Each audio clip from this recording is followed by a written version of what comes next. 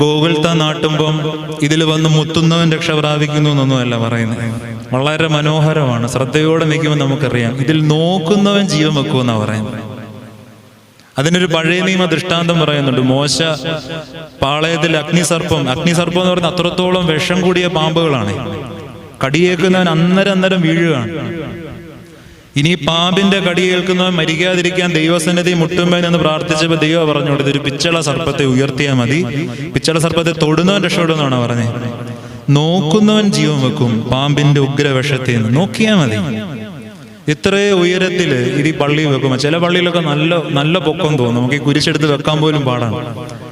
ആയിരങ്ങൾ വന്ന് നിൽക്കുന്ന ഒരു പള്ളിയിൽ ഒത്ത നടുക്ക് എവിടെ നിന്ന് നോക്കിയാലും കാണത്തക്ക രീതിയിലായി കുരിശ് വെക്കുന്നത്. നിങ്ങൾ ഈ പള്ളിക്കകത്ത് വന്നിരുന്നിട്ട് നിങ്ങൾ ഈ ശ്ലീബായിലേക്കൊന്ന് ധ്യാനപൂർവ്വം നോക്കിയാൽ ജീവിതത്തിന്റെ ഒരുപാട് പ്രയാസങ്ങൾക്ക് ശമനം കിട്ടും.